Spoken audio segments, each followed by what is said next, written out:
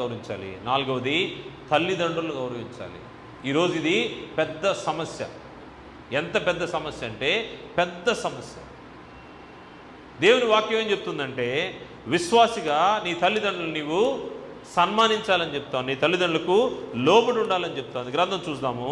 ఎఫెసీ పత్రిక, అపోస్తలుడు పౌలు గారు ఎఫెసీలకు రాసిన పత్రిక 6వ అధ్యాయము మొదటి 3 వచనాలను చూస్తే, పిల్లలారా ప్రభువునందు మీ తల్లిదండ్రులకు విధేయులైండుడి, ఇది ధర్మమే. ఇది ధర్మమే, ఇది మంచిదే. ఏం చేయాలంట? తల్లిదండ్రులకు విధేయులై ఉండాలంట. నీకు మేలు కలుగునట్లు నీ తండ్రిని తల్లిని సన్మానింపుము, అప్పుడు నీవు భూమి మీద దీర్ఘాయుష్మంతుడొగదువు. ఇది వాగ్దానంతో కూడిన ఆజ్ఞలలో మొదటిది. ఇది ఆజ్ఞ మరియు వాగ్దానము. నీవు నీ తల్లిదండ్రులు సన్మానించి తల్లిదండ్రులు గౌరవిస్తే నీకేం జరుగుతుంది? నువ్వు దీర్ఘాయుష్మంతుడు అవుతావు. దేవుడు నిన్ను ఆశీర్వదిస్తాడు, దీర్ఘాయుష్మంతుడు అవుతావు. ఇది వాగ్దానంతో కూడింది. ఇది వాగ్దానంతో కూడిన ఆజ్ఞల్లో మొదటిది. అందువల్ల తల్లిదండ్రులు గౌరవించడం, సన్మానించడము అనేది పిల్లల బాధ్యత. ఇది ధర్మమే. తల్లిదండ్రుల్ని గౌరవించే విషయంలో ఇశ్రాయేలుకు చేసిన వాగ్దానం కూడా మనం చూస్తే, నిర్గమకాండము 20వ అధ్యాయము 12వ వచనాన్ని మనం పరిశీలన చేస్తే, నిర్గమకాండము 20వ అధ్యాయము 12వ వచనంలో తల్లిదండ్రులు గౌరవించే విషయంలో ఇశ్రాయేలుకు ఇవ్వబడినటువంటి ఆజ్ఞను మనం పరిశీలన చేస్తే, 20వ అధ్యాయము 12వ వచనాన్ని చూద్దాము. నీ దేవుడైన యెహోవా నీకు అనుగ్రహించే దేశంలో నీవు దీర్ఘాయుష్మంతుడగునట్లు నీ తండ్రిని నీ తల్లిని సన్మానించుము. సన్మానించడం అంటే ఏందో ఒక విషయాన్ని చూసాము. మోషే దేవుని పరిశుద్ధతను సన్మానించలేదు. పరిశుద్ధతను సన్మానించలేదంటే అక్కడ ఏం జరిగింది? దేవుని యొక్క మాటను వినలేదు. నువ్వు సన్మానించడం అంటే ఏం చేయాలి? ఒక శాలువా తీసి కప్పేసి ఒక బొకే చేతికిస్తే తల్లిదండ్రులకు సన్మానించడం కాదు. అదిగా సన్మానించడం. నీ జీవితాంతము నీ తల్లిదండ్రుల మాటను గౌరవించాలి. వారి మాట వినాల్సిన అవసరం ఉంది. తల్లిదండ్రుల మాట వినడం అనేది నీ బాధ్యతగా ఉంది. తల్లిదండ్రుల మాట వినకపోతే ఏం జరుగుతుందో మనం ఒకసారి చూస్తే, సామెతల గ్రంథము 20వ అధ్యాయం 20వ వచనంలో మనం చూస్తే, సామెతల గ్రంథము 20వ అధ్యాయము చాలా కఠినంగా ఉంటుంది. ఇది కానీ తెలుసుకోవాల్సిన విషయము. సామెతల గ్రంథము 20వ అధ్యాయము 20వ వచనంలో, తన తండ్రినైనను తల్లినైనను దూషించు వాని దీపము కారు చీకటిలో ఆరిపోదు. ఎంత భయంకరమో చూడండి. తల్లిని తండ్రిని దూషిస్తే వాని దీపము కారు చీకట్లో ఆరిపోదు. కారు చీకట్లో ఆరిపోవడం అంటే నువ్వు హోప్లెస్ కండిషన్లోకి వెళ్ళిపోతావని అర్థం.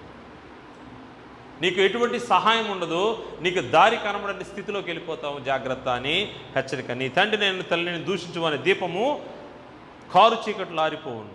మరియు లేవికాండంలో చూస్తే ఇంకా మోషే ద్వారా దేవుడిచ్చినటువంటి ఆజ్ఞ ఇది చాలా భయంకరంగా ఉంటుంది. లేవికాండము 19వ అధ్యాయము, లేవికాండం 19వ అధ్యాయము 3వ వచనం మనం చూస్తే, మనము లేవికాండము 19వ అధ్యాయము 3వ వచనంలో,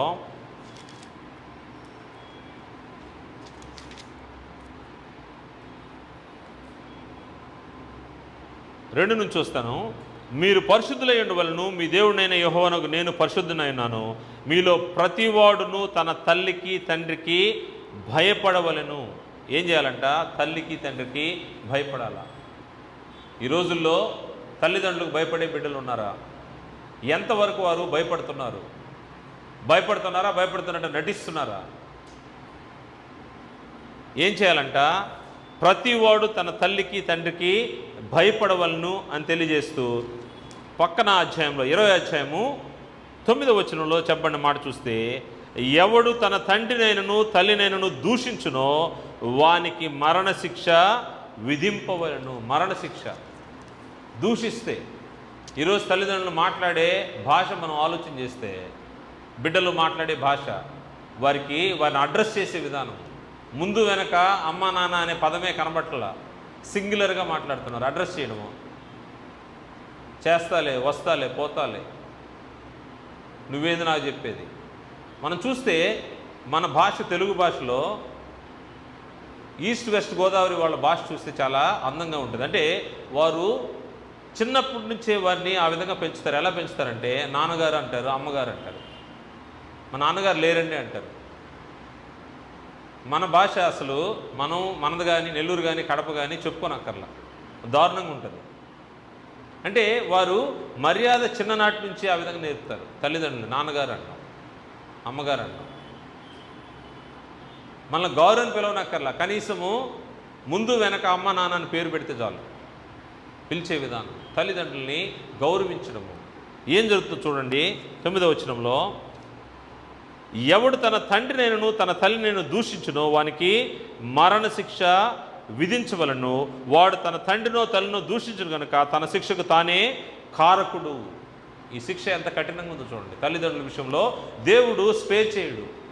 ఒకవేళ తల్లిదండ్రులు ప్రేమ కలిగి ఓర్చుకోవచ్చేమో, ఒకవేళ నువ్వు మాట్లాడే భాష చూసి తల్లిదండ్రులు నా బిడ్డే కదా అని వాళ్ళు స్పేర్ చేయొచ్చు, ఓర్చుకోవచ్చు. కానీ దేవుడు ఓర్చుకోడు. దేవుడు నువ్వు చేసే నీ ప్రతి మాట, ప్రతి క్రియ విమర్శలోకి వస్తుంది, మర్చిపోవద్దు. అందువల్ల తల్లిదండ్రులకి గౌరవించాలి, తల్లిదండ్రులని సన్మానించాలి.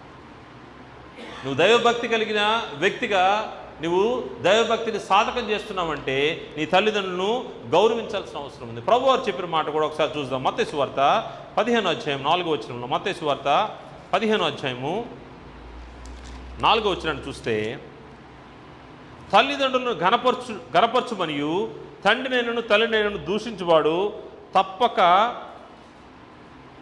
మరణం పొందవలని దేవుడు సెలవిచ్చాను. ప్రభువారు దీన్ని కూడా గుర్తు చేస్తూ ఉన్నారు. తల్లినైనా తండ్రినైనా దూషిస్తే మరణం తప్పకుంటుంది. నువ్వు దాని తర్వాత రిగ్రెట్ అవ్వడానికి కూడా ఛాన్స్ లేదు. అయ్యో నేను తప్పిదం చేశానని క్షమించమని అనడానికి కూడా ఛాన్స్ లేదంట. కారణం ఏంటంటే తల్లిదండ్రులను ఘనపరచాలి, సన్మానించాలి. సన్మానించడం అంటే వారి యొక్క మాట వినాలి. మనం చూస్తూ వస్తున్నాము ఎవరిని ఎలా గౌరవించాలో. అందువల్ల చాలా జాగ్రత్తగా ఉండాలి. వారికి ప్రత్యుపకారం చేసే విషయంలో వారు చిన్ననాటి నుంచి జాగ్రత్త పెంచుతారు. వారు వృద్ధాప్యంలోకి చేరుకుంటారు. అప్పుడు వారు వృద్ధాప్యంలో చేరినప్పుడు దాని తర్వాత నీది బాధ్యత. నువ్వేం చేయాలి? నీ తల్లిదండ్రులని జాగ్రత్తగా వారి ముదిమిలో వారికి తోడుగా ఉండాలి, వారి మాట వినాలి, వారికి తోడుగా ఉండాలి, వారికి కావాల్సిన సమస్తాన్ని జరిగించాల్సిన అవసరం ఉంది, ఆ బాధ్యత ఉంది. అందువల్ల బిడ్డల యొక్క బాధ్యత తల్లిదండ్రులను గౌరవిస్తూ వారిని సన్మానిస్తూ వారి యొక్క వృద్ధాప్యంలో వారిని జాగ్రత్తగా చూసుకోవాల్సిన అవసరం ఉంది. దేవుడు అన్నీ గమనిస్తూ ఉంటాడు. చిన్ననాటి నుంచి నీ యొక్క ప్రవర్తన ఆయన గమనిస్తూ ఉంటాడు. నువ్వు ఏ విధంగా మారుతూ ఉన్నావు, చివరికి నీ తల్లిదండ్రులను ఏ విధంగా చూస్తున్నావు, ప్రతిదీ కౌంట్లోకి వస్తూ ఉంటుంది.